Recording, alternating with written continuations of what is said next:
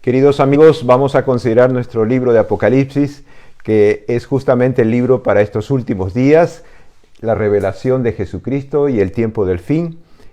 Pero vamos a pedir la bendición de Dios. Señor y Padre, gracias por dar tu vida por nosotros en la cruz del Calvario. Bendícenos, Señor, que tu Espíritu esté con nosotros en el nombre de Jesús.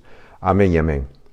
La revelación de Jesucristo son las primeras palabras que aparecen en el primer versículo del primer capítulo de Apocalipsis, que dice así, ¿no?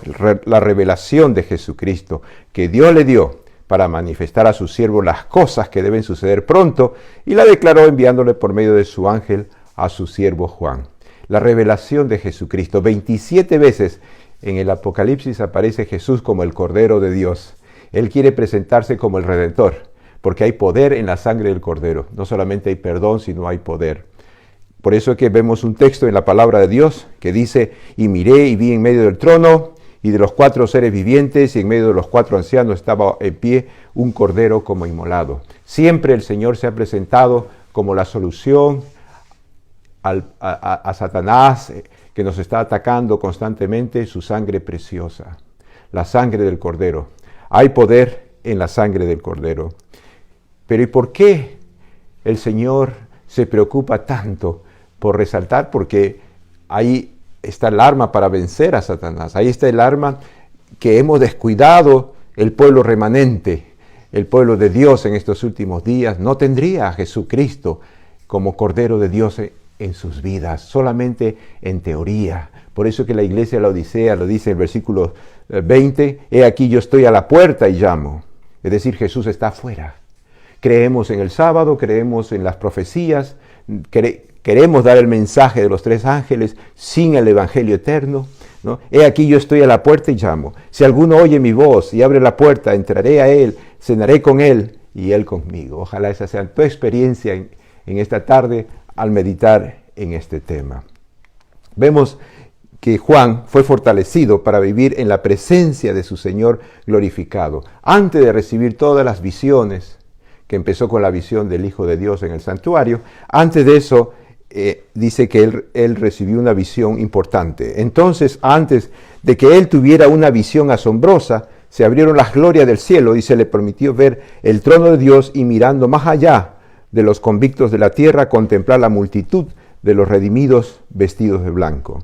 Escuchó la música de los ángeles celestiales y los cánticos triunfantes de aquellos que habían vencido por la sangre del Cordero y la palabra de su testimonio. ¿Por qué habían vencido? Por la sangre del Cordero y la palabra de su testimonio. ¡Qué maravilla! Por eso es que vemos que en Apocalipsis 12:10 se nos dice que hay poder en la sangre del Cordero. Entonces oí una gran voz en el cielo que decía: ahora ha venido la salvación, el poder y el reino de nuestro Dios y la autoridad de su Cristo, porque ha sido lanzado fuera el acusador de nuestros hermanos, el que los acusaba delante de nuestro Dios día y noche, y ellos lo han vencido. ¿Por medio de qué, hermanos? Por medio de la sangre del Cordero, de la palabra de testimonio de ellos, y menospreciaron sus vidas. 3 armas poderosas que el Señor quiere que utilicemos en estos últimos días, ¿no? Tenemos que confesar nuestros pecados cada momento, que somos pecadores, y pedir que Él nos cubra con su justicia, con su amor, y entonces vamos a trabajar para el Señor y dar testimonio. Así vamos a vencer a Satanás en estos últimos días. Sigue diciendo el versículo 1, las cosas que deben suceder pronto. ¿Qué es lo que iba a suceder? Bueno, está hablando básicamente de su retorno en el Apocalipsis, que el Señor viene. Nosotros debiéramos considerar la venida del Señor como inminente, que el Señor viene ya en nuestros días, y debemos prepararnos y preparar a nuestras familias, a nuestros vecinos, para la llegada inminente del Señor Jesús. El Señor quiere que tengamos, aunque pase 1000 años, que tengamos siempre presente que el Señor viene en nuestros días. Pero Satanás en estos últimos días está mandando la pandemia, el COVID-19 y el COVID-20 y el 21 y el 22. Vendrán muchas cosas, cada vez peores, pero no tenemos que tener temor los hijos de Dios. El que habita al abrigo del Altísimo morará bajo la sombra del Omnipotente. Por eso es que en Apocalipsis dice: y cuando yo lo vi, caí como muerto a sus pies, y él puso su diestra sobre mí, diciendo: no temas, Juan, no temas, Samuel, yo soy el primero y el último. Si nosotros estamos en contacto con el Cordero de Dios que quita el pecado del mundo, y entonces Él será el primero y el último en nuestras vidas. Y el que vivo y estuve muerto, mas he aquí Samuel, que vivo por los siglos de los siglos, amén, y tengo las llaves de la muerte, no importa si mueres por el COVID-19 o el COVID-20, tengo las llaves de la muerte y del sepulcro, del Hades. El versículo 1 dice, y lo declaró enviándole por medio de su ángel a su siervo Juan. El ángel Gabriel le entregó este mensaje a su siervo Juan. ¿Quién era el apóstol Juan? Vio que le seguía el discípulo a quien amaba Jesús. Jesús amaba mucho a Juan. ¿Por qué amaba tanto Jesús a Juan? ¿Qué debemos hacer nosotros para que Jesús también nos tenga un especial amor? Él amaba a todos, pero muy especial a su hijo Juan. ¿Por qué? Mire, Juan se asió de Cristo como la vid se adhiere al imponente pilar, ¿no? Las hojas con el tronco bien unidos con Jesús. Por causa de su maestro hizo frente con valentía a los peligros de la sala de juicio y se quedó cerca de la cruz. Ahí está el secreto, hermanos, para que seamos muy amados, ¿no? Seamos arrepentidos al pie de la cruz. Y ante la noticia que Jesús había resucitado, se apresuró a ir al sepulcro, ganando en su celo aún al impetuoso Pedro. El amor de Juan por su maestro no era mera amistad humana, sino que era el amor de un pecador arrepentido. ¿Se acuerdan de María Magdalena, no? Que puso ese frasco de colonia tan cara para ungir a su maestro. Él tenía el sentimiento de un pecador arrepentido. Juan vivía como el hijo pródigo arrepentido, como el publicano. Señor, soy propicio. Sé propicio a mi pecador. Estimaba como el mayor honor trabajar y sufrir en el servicio de su Señor. No era su mayor honor ganar autos nuevos, casas nuevas, sino sufrir y trabajar en el servicio del Señor. Su amor por Jesús lo inducía a amar a todos aquellos por quienes Cristo murió. Su religión era práctica, razonaba que el amor de Dios debía manifestarse en el amor de sus hijos. Se lo oyó tiernamente o reiteradamente diciendo, amados, si Dios nos ha amado así, debemos también nosotros amarnos unos a otros. Nosotros le amamos a Él porque Él nos amó primero. Si alguno dice, yo amo a Dios y aborrece a su hermano, el tal es mentiroso. Pues el que no ama a su hermano, a quien no ha visto, ¿cómo puede amar a Dios a quien no ha visto? Versículo 2, que ha dado testimonio de la palabra de Dios y del testimonio de Jesucristo. Juan, con su vida y con su escrito de la primera de Juan, segunda epístola de Juan, tercera de Juan, con el Apocalipsis, el Evangelio de Juan, dio testimonio de que él vivía con la palabra viva que es Jesús.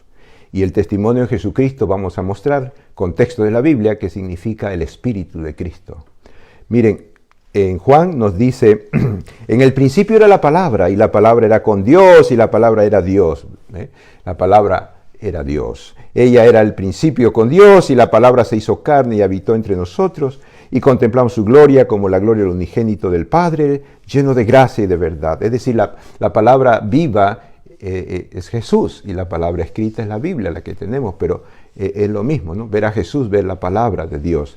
¿Y qué significa el testimonio de Jesucristo? Porque dice que Él dio testimonio de la palabra de Dios y del testimonio de Jesucristo. Yo, dice, me postré a sus pies para adorarle y Él me dijo, mira, no lo hagas, yo soy consiervo tuyo, de tus hermanos que retienen el testimonio de Jesús, porque el testimonio de Jesús es el espíritu de la profecía. ¿Qué significa eso, el espíritu de la profecía? Mire, Juan lo aclara, escudriñando qué persona y qué tiempo indicaba el espíritu de Cristo que estaba en ellos, en los profetas, en los discípulos, en nosotros. Es decir, nosotros tenemos que vivir con la palabra escrita, con la palabra viva Jesús y tener el espíritu de Cristo. Ese era lo que le caracterizaba al apóstol Juan. Por eso que dice que él transmitía la palabra de Dios y el testimonio de Jesucristo, el cual anunciaba de antemano los sufrimientos de Cristo y las glorias que vendrían tras ellos. El versículo 3, el último que vamos a considerar, dice, bienaventurado, felices son los que leen, los que oyen las palabras de esta profecía de Apocalipsis, ¿no? Y guardan las cosas que en ella están, porque el tiempo está cerca.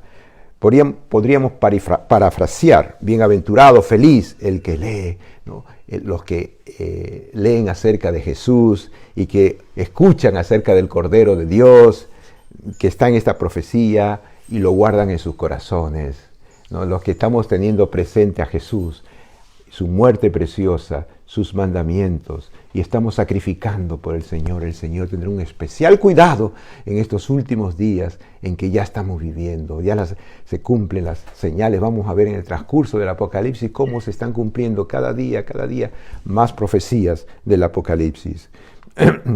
Nos dicen que debemos estudiar cuidadosamente las profecías de Daniel y Apocalipsis, y en relación con ellas las palabras: he aquí el Cordero de Dios que quita el pecado del mundo.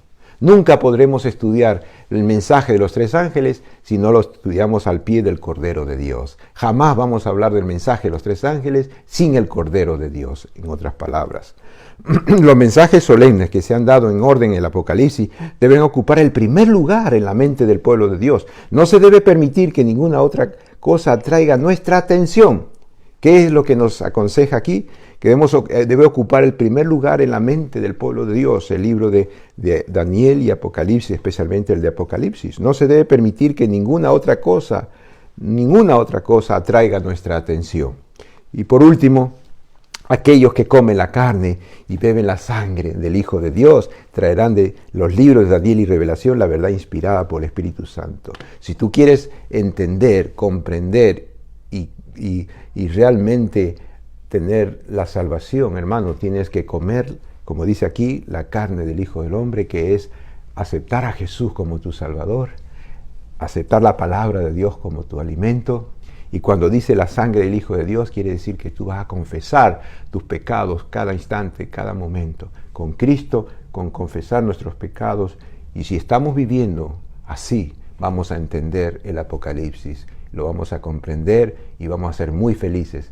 Pero no seremos felices si solamente leemos el Apocalipsis por leerlo, para saber profecías solamente. Tenemos que mirar al Cordero de Dios en medio de esas profecías para que seas feliz y protegido en estos últimos días. Querido Padre, gracias porque tú nos amas y nos has mostrado claramente al Cordero de Dios que quita el pecado del mundo.